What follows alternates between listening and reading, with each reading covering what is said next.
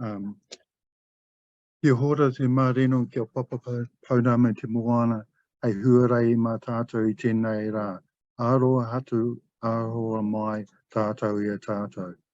Kei aku rangatira nau mai, haere mai ki tēnei hui o tātou, o te rōpu mā kai hauora pāpori o Aotearoa. O tātou manuhui tuarangi, tāwhiti nau mai, haere mai. Vince, tō tātou kai tātiri rawa atu o te motu, tēnā koe, te haukainga, Ngāti tō rangatira, taranaki whānui tēnā koutou, o tātou tini mate kua whetū rarangi e tia, moe mai rā koutou, rātou kia rātou, tātou kia tātou, tēnā koutou katoa. Everybody, welcome to this webinar of the Rōpū Mātai Hauora Pāpuri o Aotearoa, known as PHONZ, the Public Health Observatory. We are very privileged to have Vince Galvin with us today as our speaker. Vince is the Chief Methodologist of Stats New Zealand. He's worked in this area for at least 30 years in New Zealand. He's also had work in overseas in Australia and London and similar organisations. He is a member of lots of boards, and most of you, or a lot of you will be familiar with them. Welcome, Vince, to this hui of ours, and we look forward to hearing what you have to say. Kia ora, Peter. Kia ora katoa, ko Vince Galvin ho, ko o te Chief Methodologist ke Tauranga Aotearoa. I'm Vince Galvin, like Peter said, I'm the Chief Methodologist of Stats New Zealand. In fact, I just ticked over 40 years in Stats New Zealand the last December. But so I will now go through the share the screen process.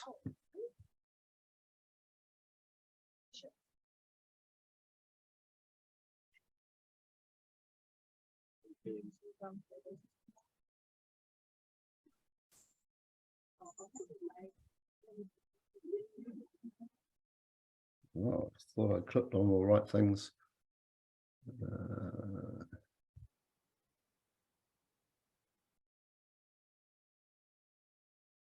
Hey girl.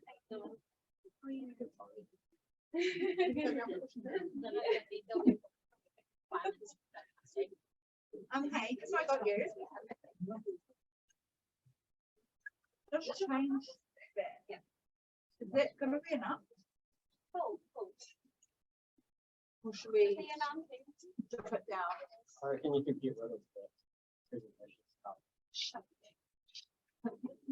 Yeah. Sorry, everybody. Can you see my screen now? Yes, that's full.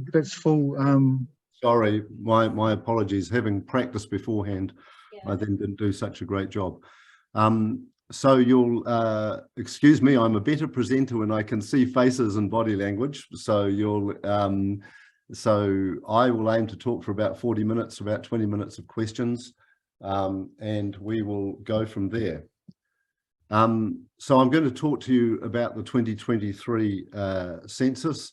Here's an outline of the content I intend to follow, which essentially I'll do some reminding about the 2018 census, talk a bit about how we responded to what happened in 2018, give you an update of what's happened so far.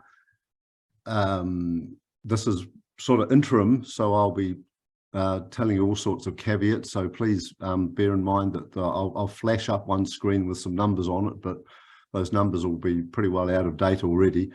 Anyway, hopefully that'll give you orders, useful indications of orders of magnitude. I will talk and I'll try and talk briefly, and I'll gauge interest from the questions afterwards about how much you're interested in talking about the use of administrative data in measuring the population. Then I've got a whole bunch of other slides that are essentially referenced in case you ask questions and I have to pull them up. So that's, I'll get on with things. Okay, actually I'm going to try and move things around on my screen because I have my little bar in a very distracting place. Okay, so this is what happened at the end of the 2018 census. The response rates were poor, unacceptably low, not good enough to produce numbers. And you can see that in the top part of the display there. We recovered the usability of the file by introducing administrative data. And as a consequence of doing that, the file was able to be used for a lot of the main purposes of a census. It was able to be used in the electoral system and used for a lot of the resource allocation purposes. I'll talk more about that, and you can ask me anything about that as later on if you want to. As you have to say, we obviously learnt a lot. There was the reasons why things had gone so badly in 2018 were extensively reviewed, both with a review of, there was an external panel, a data quality panel that looked at the quality of the data that was finally released, and there was another review that looked at the actual management and administration of the 2018 census and the various problems that we had. Some of you, depending on your interest in the census, may have read those documents, and if you've got any ongoing interest, you can ask me questions. I'll do my best to answer, but this slide sort of tries to summarize where we got to. I won't read through it all. You can probably, but I suppose the main point is what we call the priority 1 variables that are essentially the variables required for the electoral system. In the end, were good enough to use for that purpose. But because obviously we can't cover all the data, we don't have administrative data sources for all the questions on a census form, where there really wasn't other information, the quality of those variables was very poor. So we had the most extreme variation of quality within a data set that we probably ever had. And there were some particular problems. There was no really good source for iwi affiliation. Iwi counts were not released as official statistics. Of course, the outputs from 2018 were considerably delayed. It took us some time to work out what we were going to do and then actually implement it. And then another consequence that I'm not sure if everybody caught up with was that by the time we'd gone through that process and used the administrative data and produced estimates of the Maori population, that process highlighted that the 2013 estimates of the Maori population looked incredibly or not credibly low.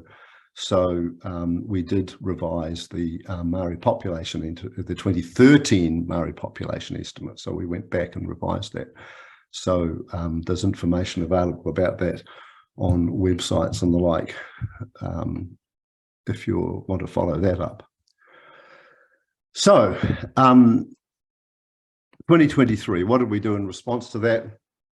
So essentially, we did the sort of thing you might expect us to do. We looked at how to stratify our collection efforts. One of the things I probably should have emphasized that while we had problems with the response rate, for the people that did respond online, that worked pretty well for them. And in fact, we had something like 70% of the population did respond online, and a lot of them responded on census night. So there was a substantial proportion of the population for which doing it online was a good outcome. So essentially what we've tried to do in 2023 is combine taking advantage of the fact that the internet response worked well for a lot of people with a extensive in the community on the ground collection process that we've called Assist. So it turns out, won't surprise anybody, that the areas where the response rates to the census are lowest tend to be fairly stable one census to the next. So it turned out that we, in about 14% of the country, we put in place this highly intensive assist collection process. As I say, essentially it meant that we've put in place a lot of, you can get help answering the questions. We've done a lot of work beforehand in the community to get ready for the census. This is a diagram of the stratification of our effort. Assist is the area I talked about. We've got a sort of an intermediate level of collection where we do an awful lot of delivery. That's called deliver. We're probably we're not marketing people, so there we go. The names just tend to mechanically describe how we do things. And then the mail out is so about very rough terms, 15% on assist, 15% on deliver, and 70% on mail out, trying to, as I said, capture the benefit of the fact that the internet did work pretty well in 2018. So this is just a wee summary of differences going from 2018 to 23. Probably the thing that's probably you see there, approximately double the number of field staff.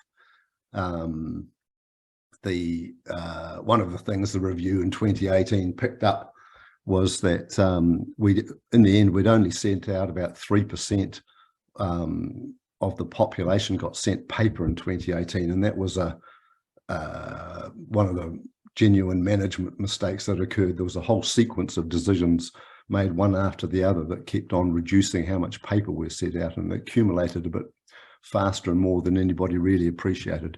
So one of the things, particularly in the assist and delivery areas, was to enable with a lot of paper, so that people wanted to have the option with paper had it, and people who didn't have internet access and had other problems had the option of paper. So there's we've made quite an effort about, as I say, you can see there in the 2023, about 44% of the population had immediate access to paper. It got sent to them, and anybody could actually ask for paper. Hopefully you all know this because you all participated in the census and filled in your forms. Now,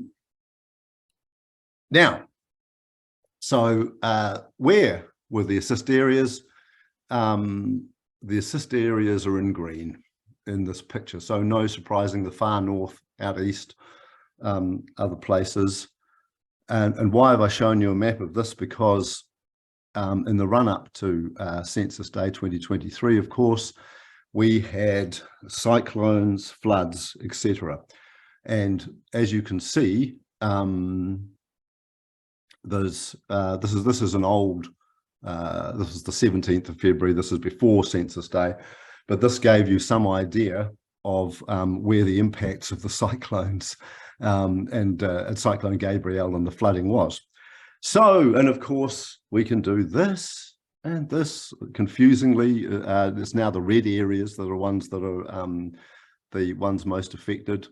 But you can see that there's a lot of overlap between the assist areas and the red areas. So this was disappointing, because obviously it meant that the most difficult areas that to collect census data were now had the added problems of being badly affected by cyclones and with all the consequences of that. On the other hand, it did mean in those areas we'd started early, established community links, had established field forces.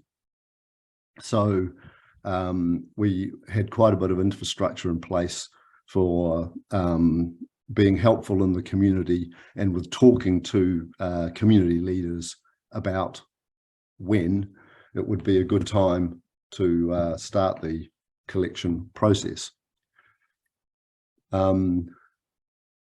So as you can see in the slide, we ended up being delayed about 3 weeks going into the field in areas that covered, it was depending on when exactly, it was about 4% of the country by the time we'd actually did this. So obviously this is the 17th of February.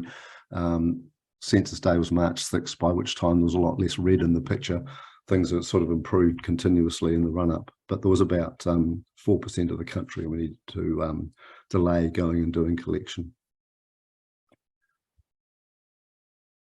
Right, oh, there we go. I'd forgotten that this was the next slide. Here we go.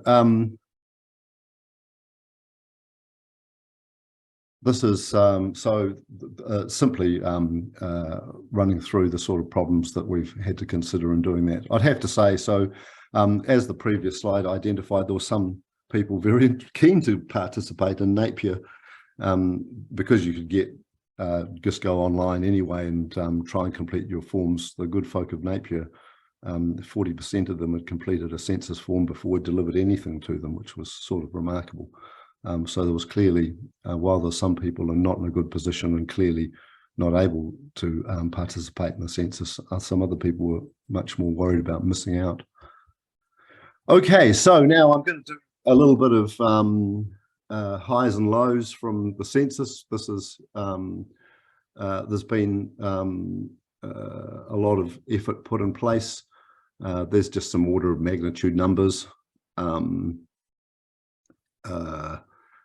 I won't explain too much detail. I'd have to say that we've been well supported. I think the next slide, I've got a collage of photos of people supporting us and so forth.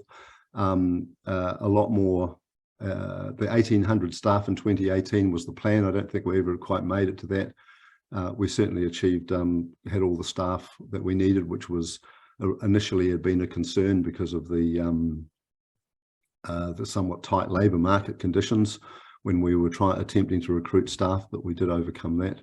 And we did an awful lot of, got through an awful lot of visits.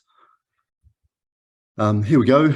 The collage of, you'll see if you look here, there's the top right-hand corner, the Minister of Statistics out and about helping us a lot. The Prime Minister came to the event in Wainui, you can see him in the middle there, and an awful lot of what we call assisted completion events of one sort or another. Still, we particularly in the difficult collector areas, particularly we did some experiments with trying to incentivize people at the in the last stages of collection. Now I've got a okay, I've got some numbers on the slide, and this is these are caveat slattered numbers. So I've called the 2023 numbers a return tally, and that is because there are 4 conceptual adjustments and 1 practical adjustment away from being a response rate. So there's a whole lot of things about removing duplicates, removing from the denominator people who are not in the country yet. But the we'd set a target for 90%.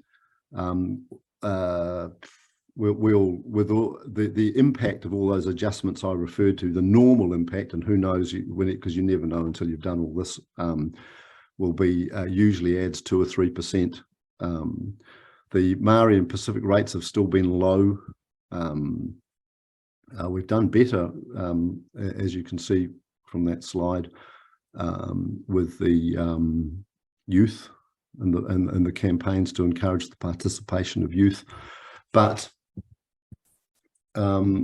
it's been very hard work. There's no doubt about this, and bearing in mind that this differential of response has been achieved despite some starting very early in the communities with engagement programs of a greater order of magnitude than what we've done before. Still huge variability of response rates over different areas. Now I'd have to say this is still ongoing. We're still chasing up the final and doing more effort in some of the areas. So some of those gaps are closing up as time goes on. And some of the adjustments I referred to will improve the relative status of Maori and Pacific anyway. There's just the way that some things get counted and recorded. I'd expect that they'd go up a bit, but that's sort of where we've landed in terms of distribution so far. There's, as I say, a bit to go. We'll be putting out some information fairly soon about our best guess of things, and of course we don't finalize the response rate until we've run the post-enumeration survey, which is the final adjustment, which essentially is the final assessment of how we've done. I'm going to talk a little bit now about administrative data and measuring the population. Now, as I said, in 2018, we used administrative data to restore the coverage of the file.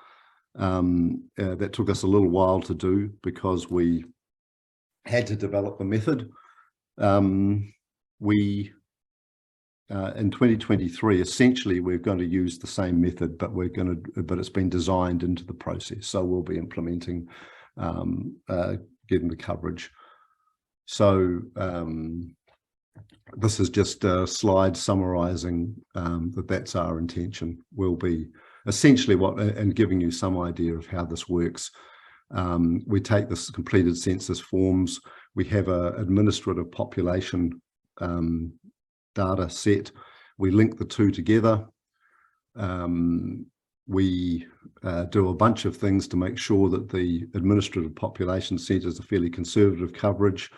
And then essentially we go looking, everything that matches obviously forms part of the final data set.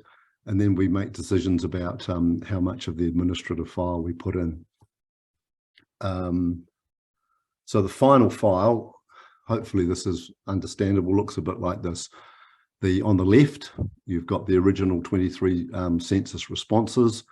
The orangey color is the administrative data, and we have other sources. We do a bit of statistical information, imputation, sorry. We also make some use for some questions of previous census responses. Things like date of birth, things that clearly don't change. So the whole idea is that with those files, sometimes the administrative data is used to help fill the gaps for people for whom we have a census form, but we want to, but they didn't reply to some questions. That's the little orange coloured in squares on the right-hand side. The main impact of using the administrative data sets is to extend the coverage of that file so it represents the population more adequately. But there's no doubt that at the end there'll still be missing information, particularly down on the bottom right-hand side of the right-hand column, for variables for which we do not have any administrative data. Their coverage will be limited by the response rate of the original census. Well, this was a slightly more detailed slide that I meant to put in. This just explains the finer detail of how exactly we add administrative data into the census. I won't go through that, but it's there. We can come back to it if there's lots of people want to ask questions. But it's essentially that we do it in stages. The last stage of which is to do with how confident we are we have adequate geography for someone.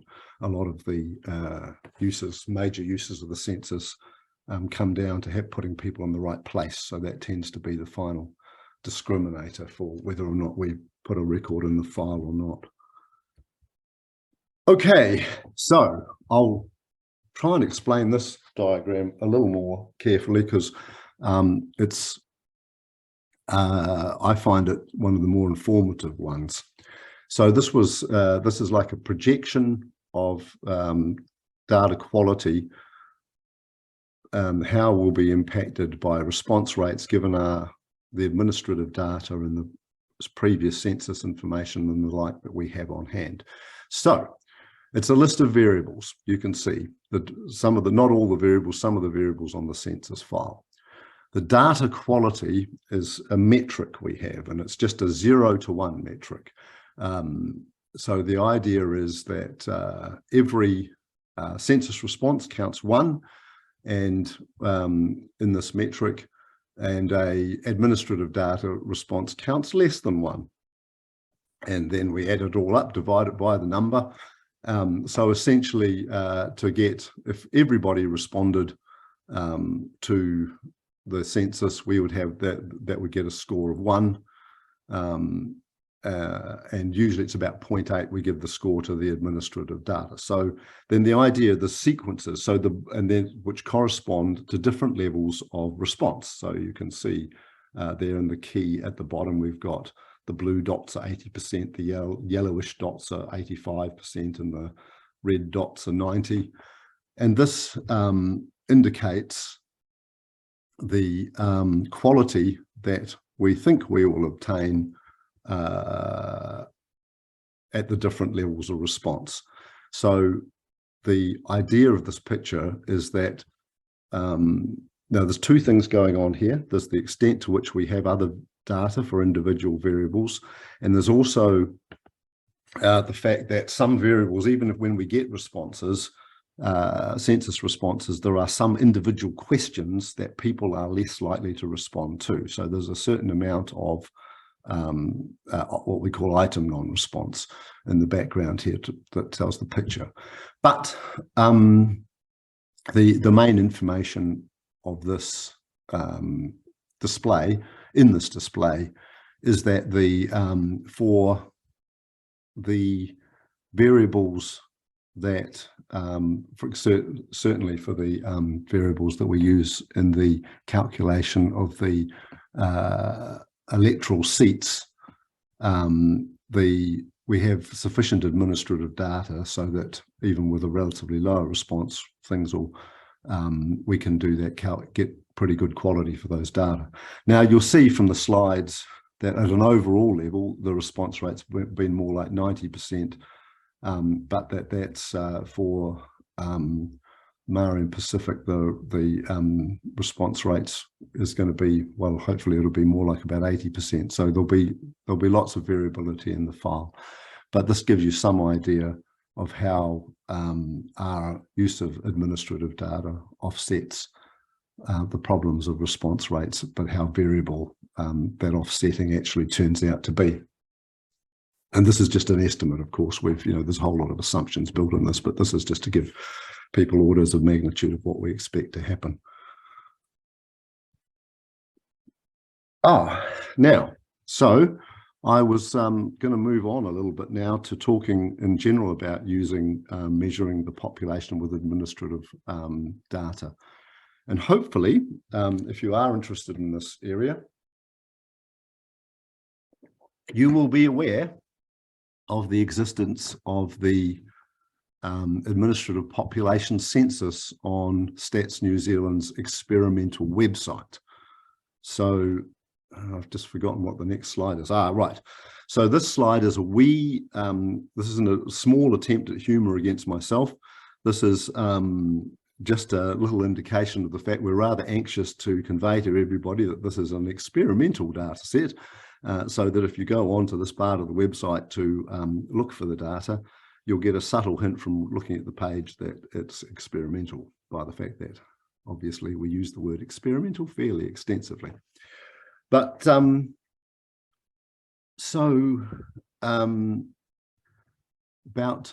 actually forgotten, I think it was October last year, we published a set of results that summarized our efforts. So we've now compiled and released into the data lab mimic census files built using administrative data for every year from 2006 through to 2021. There's about 18 variables, I think it is, on each of these files. This were picked down 20, just some stuff from 2018 here. You can see the APC, we've called it the Administrative Population Census. I hope that, sorry for the 3-letter acronyms, how it compares to the 2018 census results and the subsequent adjustments that we've made to estimate. That's the ERP, the estimated resident population, is the official population estimates.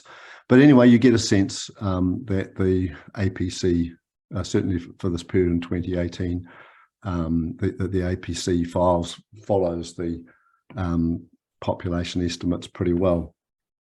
In terms of distributions, here's what Maori ethnicity looks like for the usually resident population.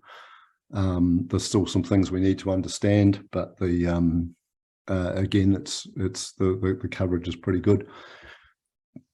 Here's some of the Pacific ethnicities broken down, comparing the APC in 2018.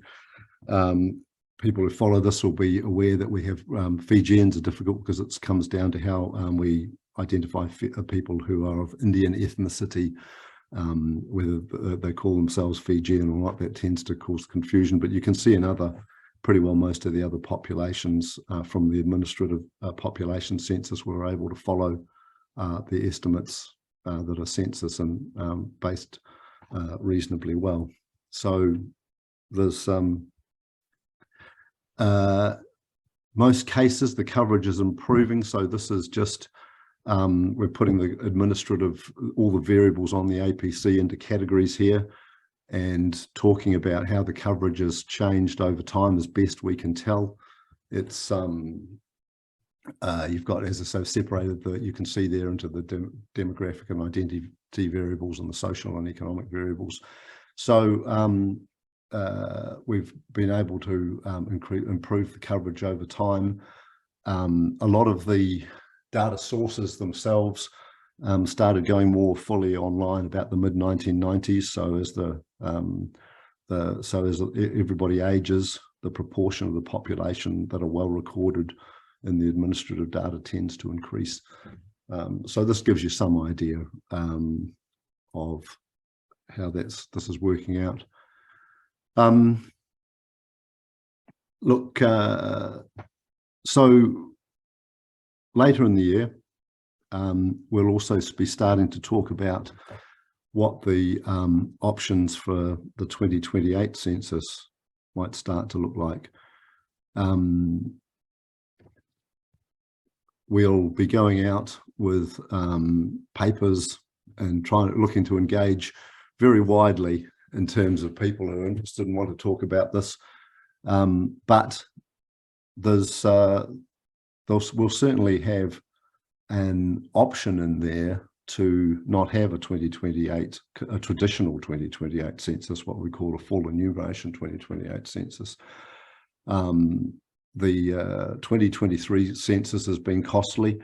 The cost has been a bit inflated, of course, by the need to have separate mitigations for the cyclone, but it'll end up costing over $300 million. With the imagine with a few years of inflation about the current level, $300 million in 2023 will turn into something like, well, it won't be less than $350 million in 2028. It might be considerably more. The basis of the option without having a full enumeration census is simply that we can do a lot of the coverage sort of variables with the administrative data, and so and that's very cheap to produce the administrative data.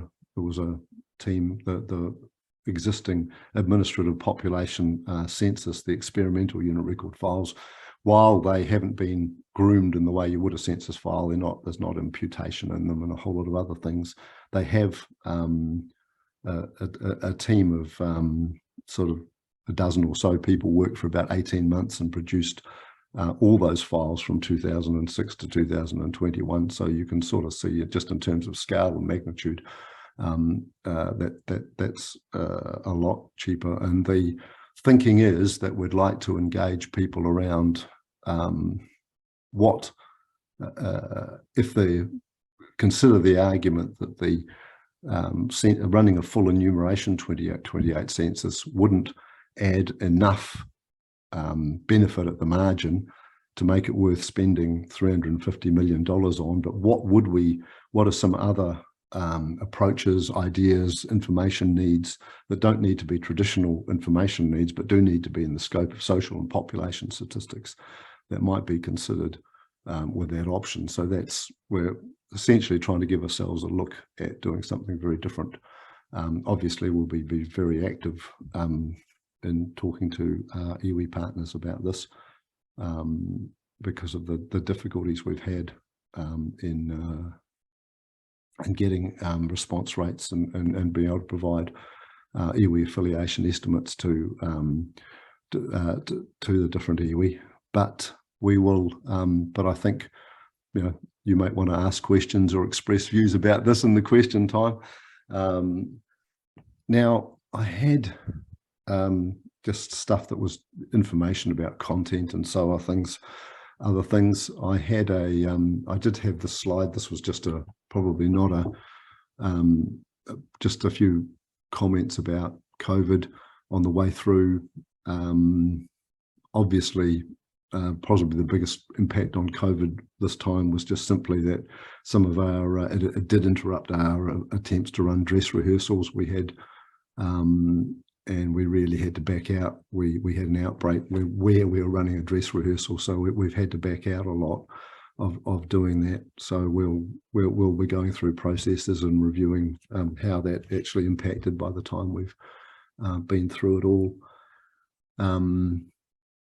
Trust and confidence, hard thing to say at the moment. I'd have to say that on the first look at everything, we have had more, when I say it was harder work this time, we've had a lot more people who have been doing collection work for us attacked by dogs, physically abused, a limited number, thankfully, still of actually people being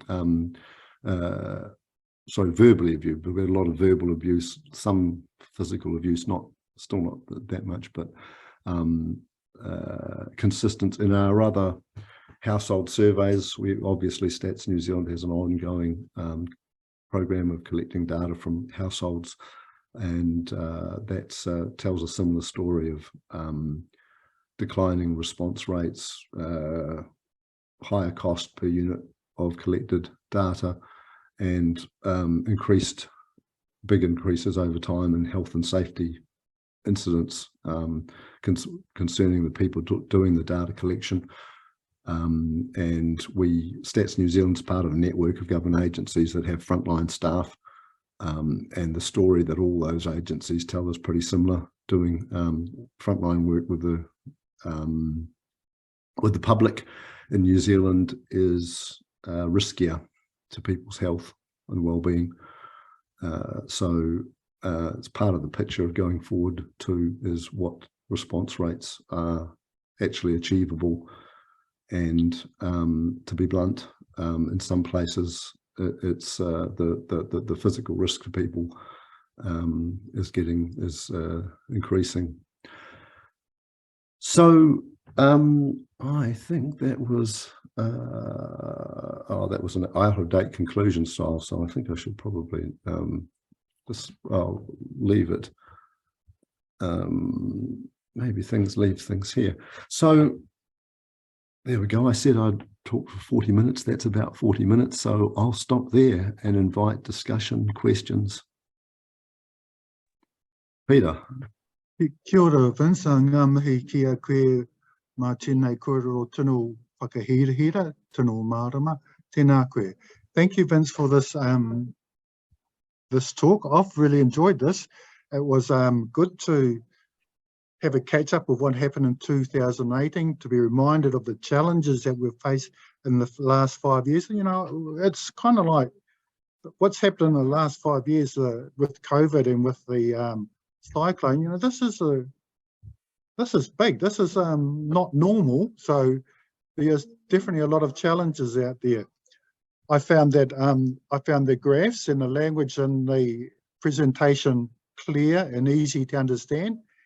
And I found your voice interesting. You have different tones from time to time, because it's nothing worse than hearing, even though I'm a statistician type person, it's nothing worse than listening to somebody who's talked to the same tone all the time. So thank you for mixing it up for us.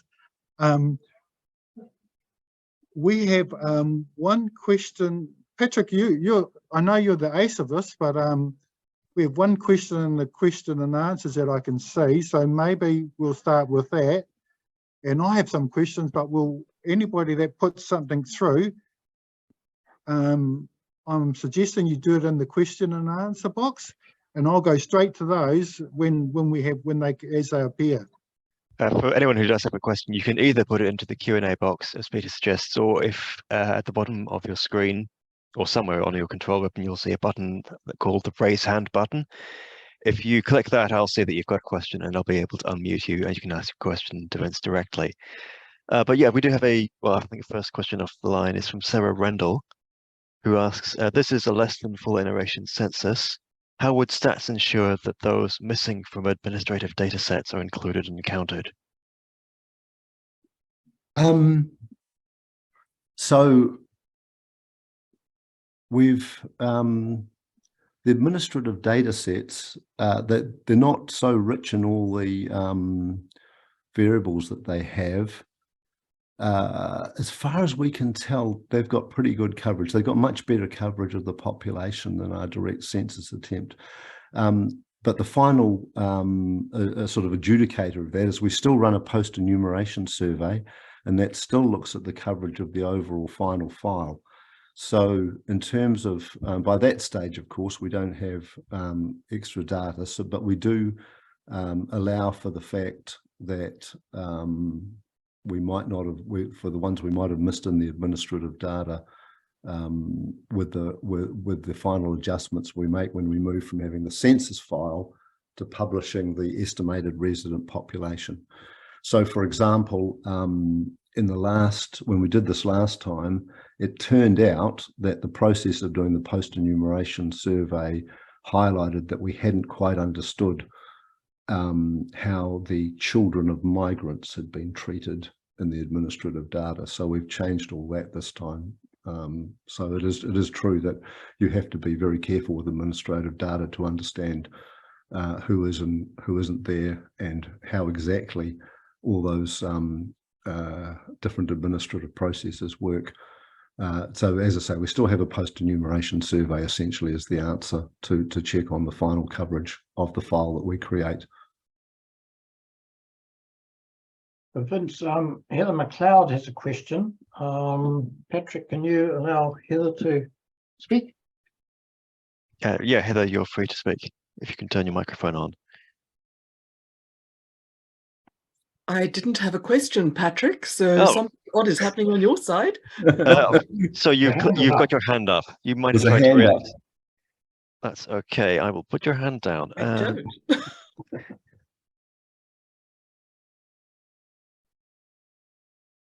Okay, next question. From Phil Schumack asks, how does the completeness and population coverage of our census compare with those of other countries? He wonders if the trends regarding the engagement challenges are being equally felt elsewhere. No, that's it's pretty much everybody's had a similar problem. There are some problems because people count their coverage a little bit differently.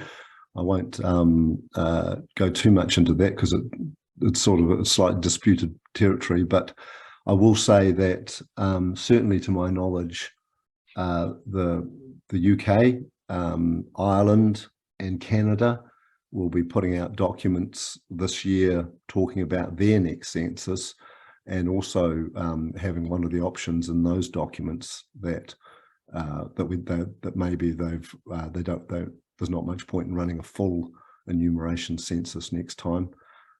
Response rates in general are dropping for national statistical offices attempting to run large-scale surveys all around the world.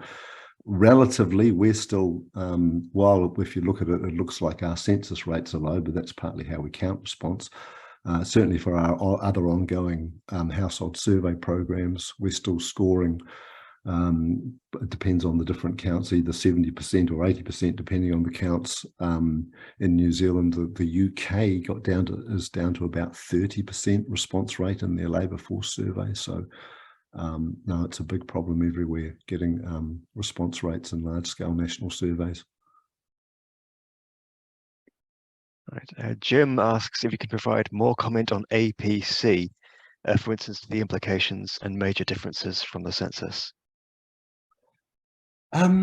Yeah, so I suppose the administrative population census, but probably the main thing that I completely glossed over on the way through is that administrative data tends to be a usual resident concept. It tends to be where do you normally live, where do you normally reside. The census file has always traditionally been a de facto where were you on census night concept. But as I say, when we go out with censuses and struggle to get about 90%, as best we can tell, the coverage of the administrative population census is high 90%, 97, 98, something like that. So in fact, to the extent that, as I was explaining, that essentially to get coverage from the census file, we have to inject what effectively is the administrative population census inside the full enumeration census to get the coverage that we need. The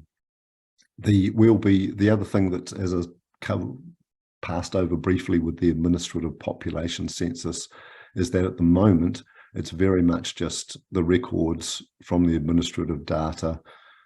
We've got mechanisms for picking the best versions of the variables from the administrative data, but we haven't done a lot of the imputation that we would do in the census in this file yet. So it's not essentially, we think we can improve it further. The administrative population, if I'm talking about it further, it has some limitations. So I want to be very clear. I should be on, do that. At the moment, the main limitations of the administrative population census file is we still don't have a good administrative source for iwi affiliation. So of course this means that we really, in the view of our iwi partners, we haven't met our treaty obligations with that file. And the other thing that was the exception with the Working for Families program, a lot of New Zealand administrative programs are individual entitlement based, which means that we can only construct households and families via addresses, and addresses often have long lag times in updating. So that's probably the biggest weakness of the file. That was a long rambling answer. I hope that contained useful information. Okay, a question from Amy. Are other countries moving away from full field enumeration in their censuses? Yes, so as I said, some of the countries are thinking about it now. There's some countries that famously, and of course they're different cultures to us, have done this some time ago. In the Scandinavian countries, they have a whole history of registration with your local government, and so they have turned and they have a unique identifier that you carry around with you wherever you go. So those countries haven't run a census since the 1990s and have just built up their administrative data. Every government agency has responsibilities to maintain a set of registers that are where all the activity relevant for measurement is lined up against your unit record file and used. There's a couple of Asian countries have moved towards collecting only using administrative data to compile a census. And as I said before, a bunch of other countries that are more like us, Canada, UK and Ireland, are certainly thinking about it. And it's mainly just because as you have more trouble getting actual responses and your capacity to measure the population well with administrative data improves, it just looks more and more on the balance of benefit and cost. It just looks like a better bet. All right. The next question is from our old friend Anonymous. And they ask, what does a post-enumeration survey involve? Okay. Sorry, I just used that without talking about it. That was bad of me. So what we do and have done since 1996, I think was the first one, after every census, is that so it'll be in the field now for 2023, we select a random sample of areas, and essentially we try and hire the best field force we can, proportionately a higher field force, and essentially in this random sample of areas, they go out and try and sort out what the census count, however arrived, should have been. So the idea, it's a smaller sample, but it provides us with a good basis for those areas. And then essentially we use that information to adjust the estimates that came from census back up to what we call the estimated resident population, the official estimates. So it's both sort of an audit on the coverage. So it's what we use to determine finally what the response rate is, because at that point that's when you get your best estimate of the population. So you've actually got a denominator for your rate, and we use it to actually make our best estimate of the estimate resident population. Sorry for not saying that more clearly when I first went through. Okay, one from Barry Milne now. In reference to the low response rate for the iwi affiliation variable, are there any other plans in place to collect iwi affiliation data by other means? That is, by means other than a census? So look, we're working with agencies about where iwi affiliation can be collected. It is collected in a few agencies, and in the stress of talking to you, it's gone out of my head which one. We've certainly education is one that comes to mind. So it is something, but there's two sources. We have the administrative sources and the some previous responses. After the last census, as I said on the first slide, after 2018, we didn't publish the iwi affiliation data because we worked with the iwi leaders group.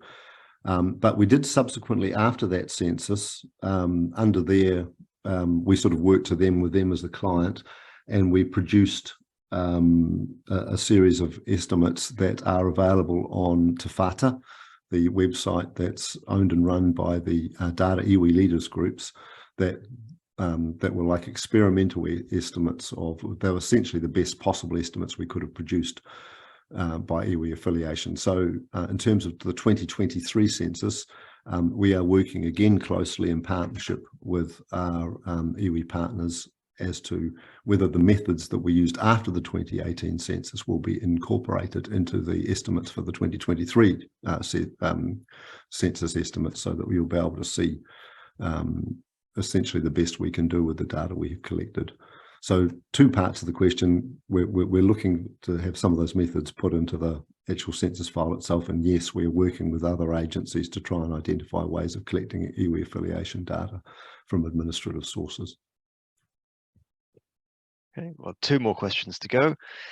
One from Deborah, who asks, has there been any thought to having a 10-year census rather than 5 years? Oh no, that's a good question. Most of the there's a lot of countries that do it every 10 years, which is no doubt what was behind that question.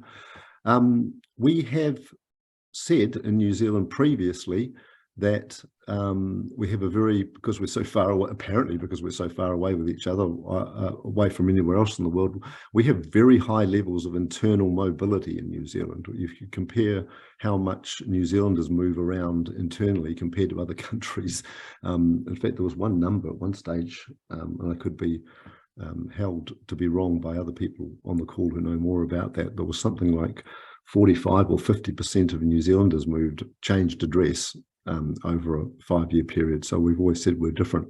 But, and of course, if we were publishing relied on enhancing the administrative population census as the basis of our census numbers, then we would be able to effectively publish a census file every year. And it'd be linked to, so you'd be able to trace individuals moving, you'd be able to study the flows. We wouldn't obviously release individual information, but you could see exactly how many people had moved from Kaikoura to Christchurch or wherever. All right, and this one looks to be the last one, unless there's any late questions coming in. Denise wants to know whether you have any thoughts on information that could be usefully added to the census. Well, so I must admit that's